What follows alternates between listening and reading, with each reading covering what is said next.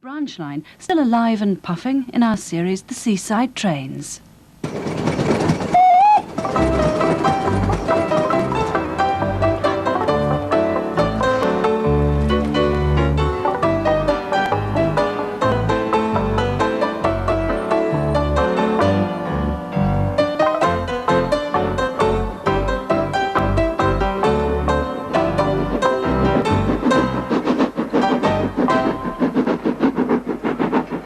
Could the dream at last be coming true for Britain's longest private owned railway?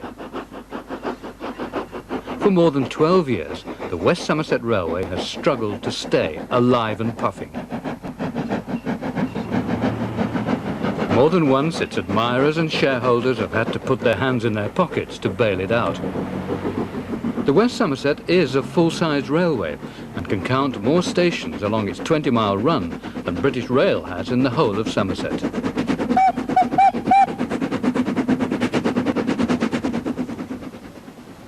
To board the train, passengers have to make their way to Bishop's Lydeard, which has hardly changed in 80 years, 3.5 miles from Taunton. When British Rail owned the line, it went right through, and that's always been a problem for the West Somerset. However, once on its way to Minehead, the train encounters the Quantock Hills and buries itself in some of Britain's most beautiful countryside. Then Blue Anchor Bay hoves into view. Unlike other private lines, the West Somerset stays open all the year round, and after 20 miles, you really feel as if you've travelled somewhere.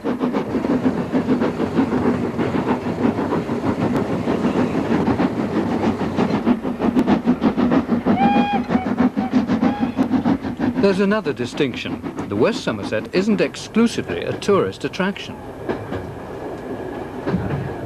The line also supports a diesel car service, linking the isolated villages along its route. Winding through the wooded valleys, the single-track line has passing loops, where new pleasures for the eye appear round every bend. Go on, why not hop off at Williton, the halfway point, and go back again on a choice piece of West Somerset restoration.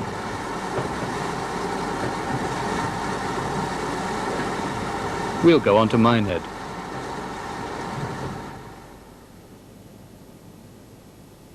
The original railway reached Minehead in 1872 by way of the old 7-foot broad gauge line from Norton Fitzwarren to Watchet. The Bristol and Exeter Railway took it over a few years later before being absorbed by the mighty Great Western. Linked to the outside world, Minehead was discovered by the Victorians, and then again by Billy Butlin, who built one of his first holiday camps there. Prosperity flowed in. Dozens of large Victorian villas were turned into guest houses to accommodate the travellers, and many an elegant front garden gave way to a car park. But it's a familiar story. Intrepid motorists negotiated the twisting roads, and like so many other branch lines, steam began to lose the battle with the internal combustion engine.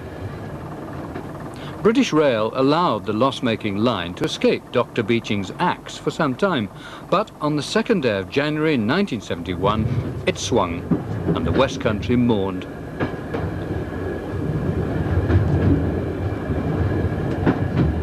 It was a sad but quiet wake. Steam was a fading memory. There were no coffins or wreaths tied to the trains, symbolically to bury the line. But passengers came from all over the country to pay their last respects.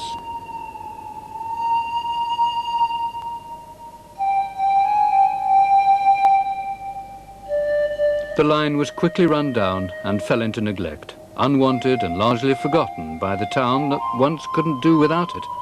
Station buildings were being vandalized and platforms became unrecognizable.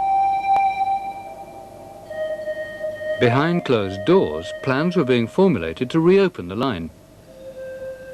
British Rail had decided to sell it, crucially with lines and trackbed intact. The West Somerset Railway Company was born, but Somerset County Council outbid them at the sale, bought the freehold, and leased back to the company just what was essential to run a railway.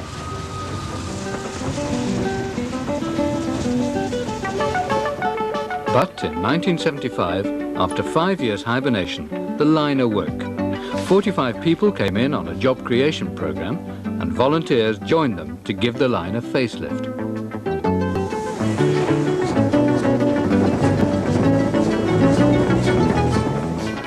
Locomotives had to be searched out and hauled to Minehead by road. Carriages were spruced up for the passengers to come. Finally, the line was all set for its much-awaited rebirth.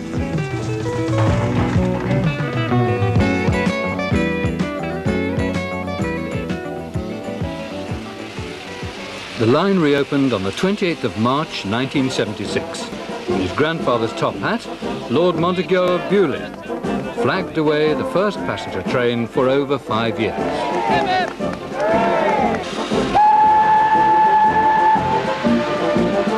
250 privileged enthusiasts paid £3 each for the 7-mile round trip to Blue Anchor. 2 days later, the company went public. At the time, sceptics said it would become just another museum piece. The West Somerset Railway set out to prove them wrong, and for the first season, tourists flocked to the line. But their two steam engines, Victor and Vulcan, were really unsuitable, having been built in 1950 and designed for shunting, not for steep passenger hauling on a 20-mile branch line. Breakdowns became more frequent, and when passengers are frustrated by cancellations, they tend not to come back. But Vulcan was to have its moment of glory. In the early part of 1978, the West Country all but disappeared, a huge snowfall. It was the railway's finest hour. This is Roger Bennett with Radio Bristol News. Large parts of West Somerset are still cut off from the outside world today. Roads are blocked by 6-foot snowdrifts, but on the West Somerset Railway, the little steam locomotive Vulcan has been used to cut a path through the snow, enabling diesel trains to bring in food and supplies to farms and outlying villages. This has enabled farmers to get much-needed feeding stuffs to their animals. The County Council think it'll be another 2 weeks before all the roads are open again. In the meantime, the privately run railway is doing a roaring trade. The crisis brought the company some welcome extra funds, but despite those magic ingredients of steam, sea and scenery, the railway was still losing money. Management changes and resignations came and went. In 1981, losses of £250,000 were revealed. Expensive steam trains might have to be discontinued altogether, only keeping the diesel services. But they struggled on and slowly achieved a turnaround. How was it done? Initially by cutting back. We had a great deal of heart searching. We had to cut back on almost everything we did and start again. And from that rebirth came the West Somerset Railway as we know it today. We always hope to be running steam trains in the future. It is, after all, our heritage. It's the very reason we're here. They are the attraction. They are the beginning and the end of the line. Steam brings people. Yeah, I'm from Australia, and I'm here because I think steam's great. I'm a fanatic. Absolutely brilliant. Thoroughly enjoyable, kept him occupied and excited. It's fantastic. You know, we were on the Severn Valley Railway last week, so we must come down and run on this one as well. Nostalgia, yes, that's right. I came up in the age of steam myself, and it's nice to go back to it. Suddenly, the station at Minehead was welcoming visitors from 9 to 90. In a fever of excitement, the company issued its own postage stamps.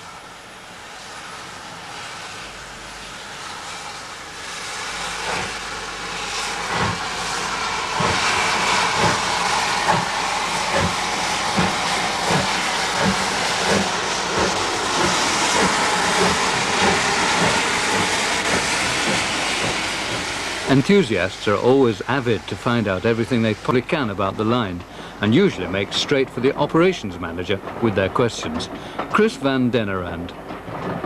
You do get a lot of questions from passengers if you're standing around on the platform in uniform and recognisable.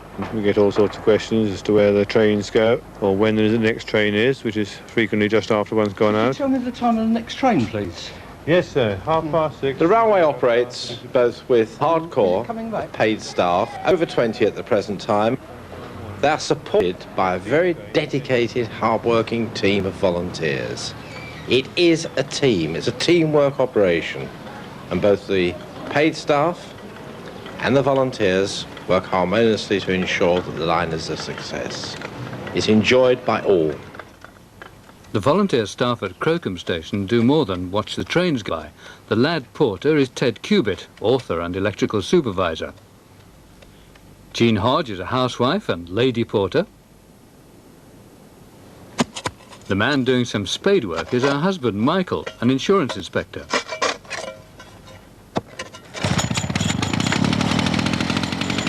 That's Walter Harris, a retired headmaster, giving the laundry.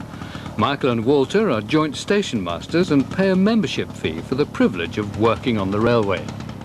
Well, now that I've retired, it keeps me very busy because not only do I help at this station, I also help on the publicity of the railway, taking timetables around to caravan sites and that sort of thing. My father was a railway signalman. I was born and bred on the railways in Cornwall and in Plymouth. I'm quite accustomed to it. I'm a great believer in railways as a means of transport, generally.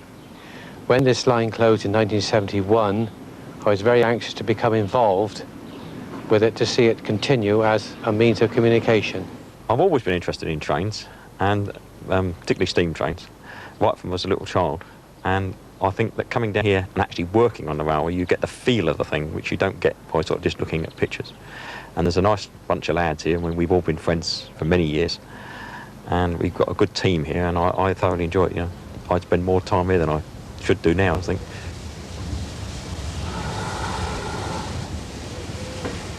I've been working down at the stations since 1975, and quite honestly, I never really get tired when the train comes along. There's a thrill of seeing the train.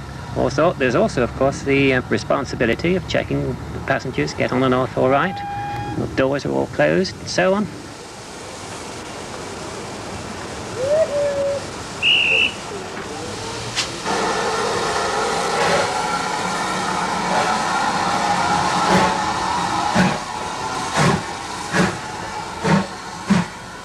Crocombe looks a picture now and is top of the West Somerset Railway's Best Kept Station League, a remarkable transformation from 14 years ago.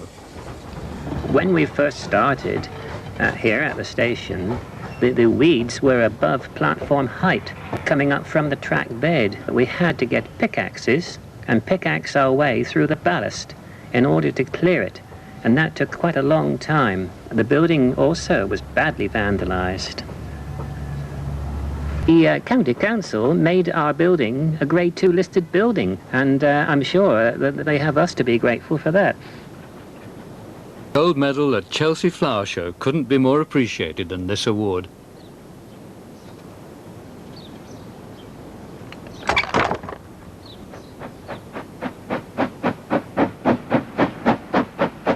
When the steam boiler was replaced by the diesel engine, a great number of locomotives were simply abandoned.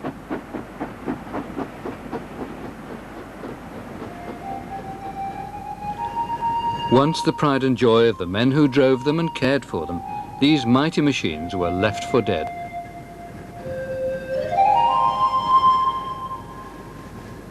Nothing special, just a number on the firebox door, 53808.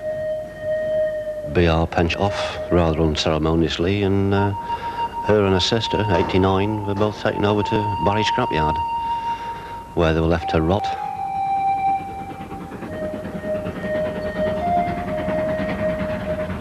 Yeah, she spent all her working life on the Somerset and Dorset, running between Bath and Bournemouth, worked right through to the end of 1964.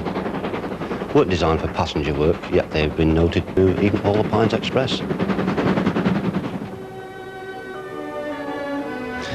1969, the Somerset and Dorset Trust bought it, with the hope of restoring it. The lads at Washford started to take it apart, slowly surely, bit by bit, got to the point that the engine was about 8 to 9 feet up in the air without its wheels. If the boiler's no good, it's pointless buying a wreck that you may have to spend 60 or 80,000 just on the boiler. You're talking 100,000 to restore a locomotive these days.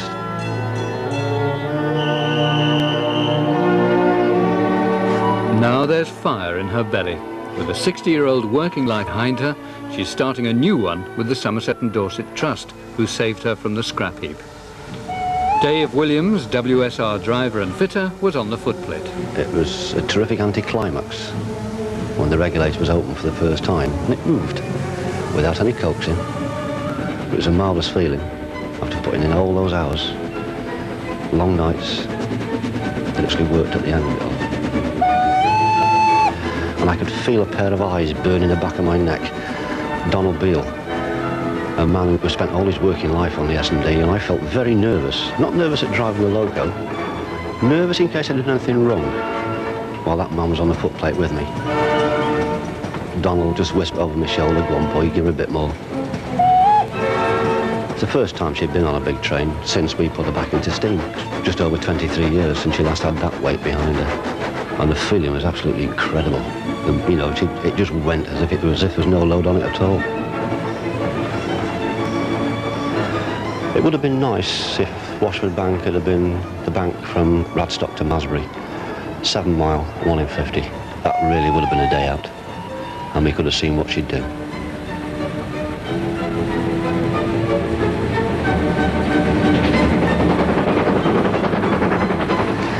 It's the first time I've seen grown men cry. I've seen a 19-year restoration job actually come to the end. A very tight curve at the top here now, around the right and then swing left into watches. Oh yeah. She don't like it. No. She goes down and all right. Yeah. They're being so long that the wheel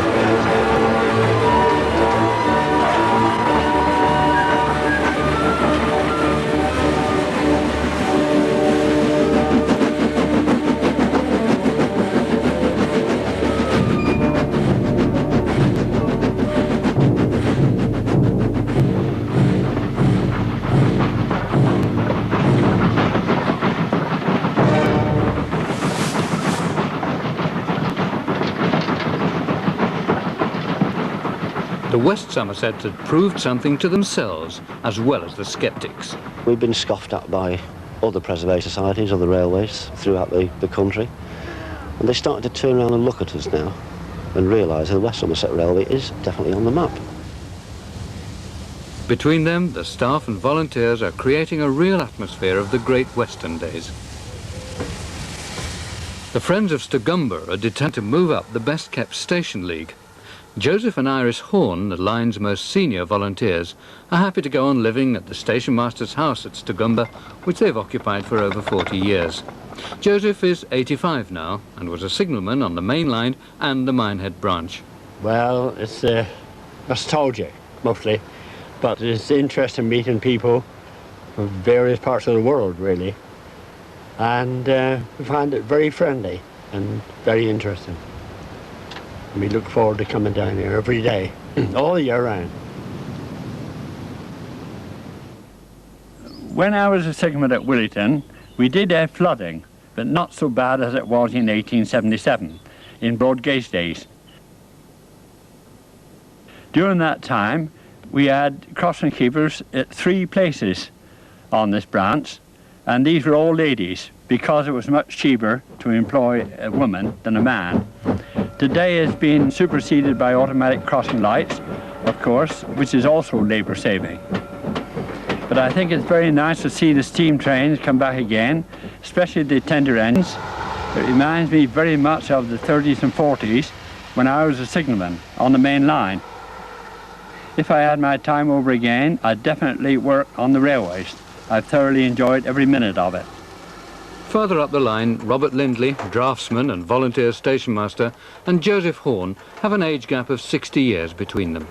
I've always had interest in railways, and I enjoy coming down here. I like to try and recreate the atmosphere of the Great Western to help for the general public, the holiday makers, to see what it's like.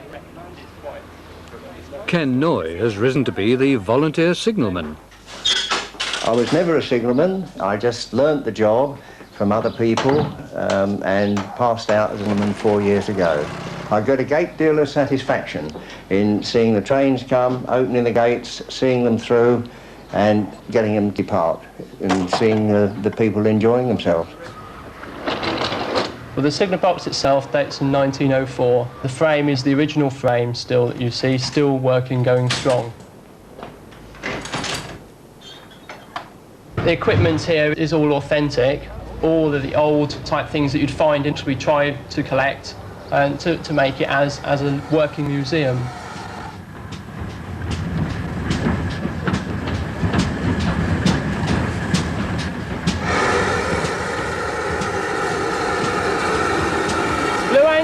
Blue Anchor, Bishop's Lydia train.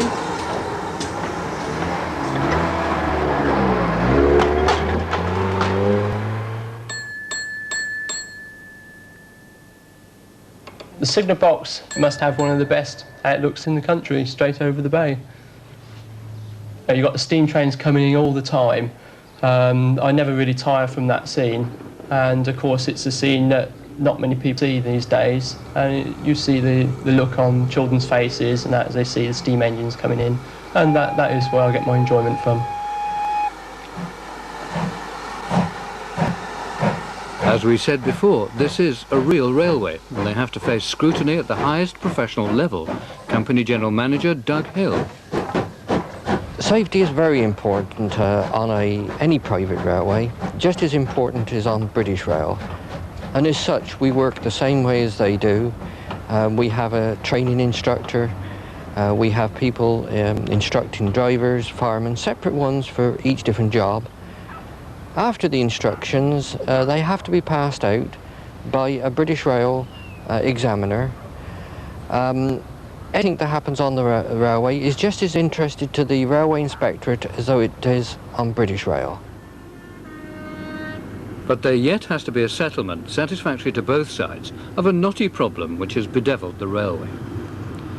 There's always been high hopes that one day passengers from all over Britain could join the West Somerset Railway at Taunton Station from the old Minehead Bay, which has been empty now for nearly 20 years. But because agreement for its use can't be reached, passengers to the West Somerset have to transfer to a bus.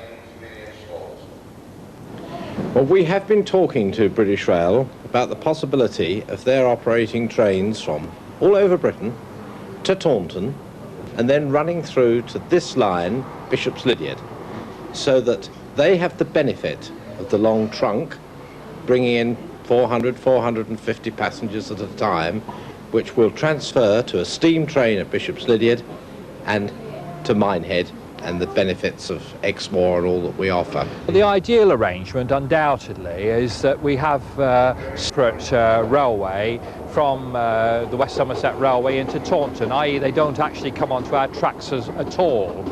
If they do come onto our tracks, there is no shadow of doubt they would have to be manned by BR staff. We couldn't possibly accept West Somerset Railway staff working the trains. The trains here are running extremely fast, 100 miles an hour in the future, maybe even faster, and it's absolutely crucial that we maintain safety standards. We are currently examining with them the practicability of running special trains through using our stock and locomotives as far as Bishop's Lydeard. But I believe that the majority of the financial benefits will go towards them rather than towards us. When the branch line closed in 1971, a replacement bus service between Taunton and Minehead was actually staffed by the National Union of Railwaymen. The fear is that these jobs could be lost by allowing the WSR into Taunton Station. Alan Kemp for the NUR. The busmen in the southwest are NUR as well as the railwaymen, because historically the railway companies own the bus companies. The situation hasn't changed dramatically. Now, as we see it, the public have got a reliable service at the moment from Minehead to Taunton, and our members have got jobs and a certain amount of job protection, and we don't want to jeopardise it. It comes under Murphy's second law of engineering, which is, as you probably know, if it's working, leave it alone. One scheme that holds out some promise is whether a West Somerset Railway platform could be sited here, next to Taunton Cider Works at Norton Fitzwarren. British Rail freight wagons carry away the taste of Somerset all over the country from here, so it's still connected to the National Rail network. Long ago, trains branched away from this point to Barnstaple, Ilfracombe and Minehead. Today, trains hurry past to Exeter and places further afield. The old Bristol and Exeter Railway and the Great Western had plans for this country junction, but now only the freight trains stop here. Under the proposals, though, passengers coming into Taunton from all over Britain could transfer to another British Rail train for the 2.5-mile trip to Norton Fitzwarren, and there join the West Somerset Railway steam trains. So would the cider company welcome rail passengers? Brian Longstaff is Operations Director. As a company, we would like to see some sort of station, some sort of halt for passengers recreated. There are going to be more tourists because it would be a great help to us and the West Somerset Railway. There is an element of safety. We are a commercial operation. We do need, in fact, to ensure that we can carry on our day-to-day business without interruption.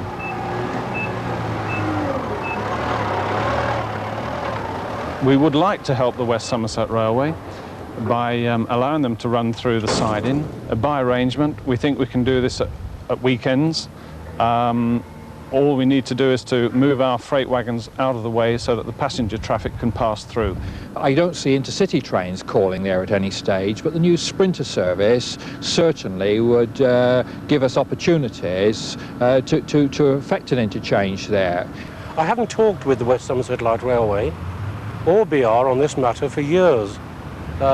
Certainly something, I mean, we consider we're reasonable people. We'll look at almost anything. So, perhaps Norton Fitzwarren will come back to life again. Weighed down for so many years by rents and rocketing running costs, still occasions when veteran drivers like the great Donald Beale are treated like pop stars are proving real gravy trains for the railway. This event, the Somerset and Dorset Day in Gala Week, was a money-spinning turning point in the line's fortunes. And there does seem to be a new recognition of this line's priceless value to the area it serves. Humphrey Temperley for Somerset County Council. We see it as an enormous potential for the Somerset tourist. We would like the railway to be operating on its own. We'd like it to be independent, and we think this kind of railway is better off on its own. The company is now going to have a share launch, and they're intending to raise about £500,000.